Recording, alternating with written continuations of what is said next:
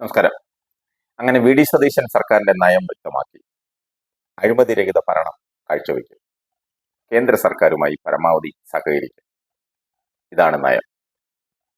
16ാം നിയമസഭയുടെ ആദ്യ സമ്മേളനത്തിൽ ഗവർണർ രാജേന്ദ്ര വിശ്വനാഥ് അർലേക്കറാണ് നയം പ്രഖ്യാപിച്ചത്.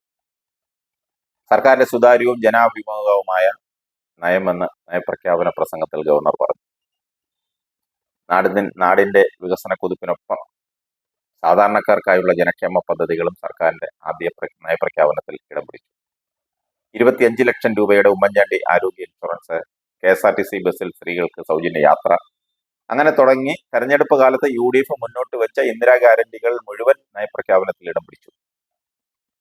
സംസ്ഥാനത്തിന്റെ സാമ്പത്തിക സ്ഥിതി ജനങ്ങൾക്ക് മുന്നിൽ വിശദീകരിക്കാൻ ധവളപത്രം ഇറക്കുമെന്നും +1 സീറ്റുകൾ വർദ്ധിപ്പിക്കുമെന്നും എക്സൈസ് നയത്തിൽ മാറ്റം വരുത്തുമെന്നും ഒക്കെ സംയോജിത ഗതാഗത സംവിധാനം നടപ്പാക്കുമെന്നടക്കം ജനപ്രിയ പ്രഖ്യാപനങ്ങളാണ് ഗവർണർ നിയമസഭയിൽ നടത്തിയത്.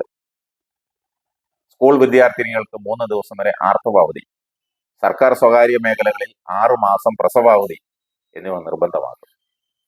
IT വകുപ്പിന്റെ പേര് മാറ്റി ഇനി അത് ഫ്യൂച്ചർ ടെക്നോളജി എന്നാണ് അറിയപ്പെടുന്നത്. അഴിമതിരഹിത ഭരണം കാഴ്ചവെക്കുമെന്നും സംസ്ഥാനത്തിന്റെ പുരോഗതിക്കായി കേന്ദ്ര സർക്കാരുമായി പരമാവധി സഹകരിച്ച് മുന്നോട്ട് പോകുമെന്നും നയപ്രഖ്യാപനത്തിൽ വ്യക്തമാക്കി. സംയോജിത ഗതാഗത സംവിധാനം നടപ്പാക്കുന്നത് ഉൾപ്പെടെ പ്രഖ്യാപിച്ചിട്ടുണ്ട്. പുതുയുഗ കേരളത്തിനുള്ള പരിശ്രമം നടത്തുമെന്നും ഭരണ സംവിധാനത്തിന് സുതാര്യതയും വേഗതയും ഉറപ്പാക്കുമെന്നും ഗവർണർ പ്രസംഗത്തിൽ പറഞ്ഞു. ഗവർണറുടെ നയപ്രഖ്യാപന പ്രസംഗത്തിന് മുന്നോടിയായി വന്ദേമാതരം മുഴുവൻ വായിക്കണമെന്ന ലോക്ഭവന്റെ നിർദ്ദേശം സംസ്ഥാന സർക്കാർ തള്ളി. വന്ദേമാതരത്തിന്റെ ആദ്യത്തെ 6 വരികൾ മാത്രമാണ് ചടങ്ങിൽ പോലീസ് ബാൻഡ് വായിച്ചത്. വരികൾ ഒഴിവാക്കി സംഗീതം മാത്രമാണ് ഉണ്ടായിരുന്നത്. വന്ദേമാതരം മുഴുവനും ചടങ്ങിൽ ഉൾപ്പെടുത്തേണ്ടെന്ന മുഖ്യമന്ത്രി വി.ഡി. സതീശന്റെ നിർദ്ദേശത്തെ തുടർന്നാണ് വരികൾ വെട്ടിച്ചുരുക്കിയത്. ഇന്നലെ റിഹേഴ്സൽ കണ്ടപ്പോൾ വന്ദേമാതരം മുഴുവൻ വായിക്കണമെന്ന നിർദ്ദേശം ലോക്ഭവൻ പുറപ്പെടുവിച്ചിരുന്നു.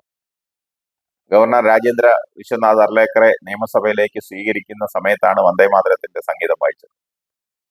കർശന നിർദ്ദേശമുണ്ടായിട്ടും സംസ്ഥാന സർക്കാരിന്റെ വെട്ടിച്ചുരുക്കൽ ആ നടപടി ലോക്ഭവന്റെ കടുത്ത അതൃപ്തിക്ക് ഇടയാക്കിയിട്ടുണ്ടെന്നാണ് ലഭിക്കുന്ന വിവരം.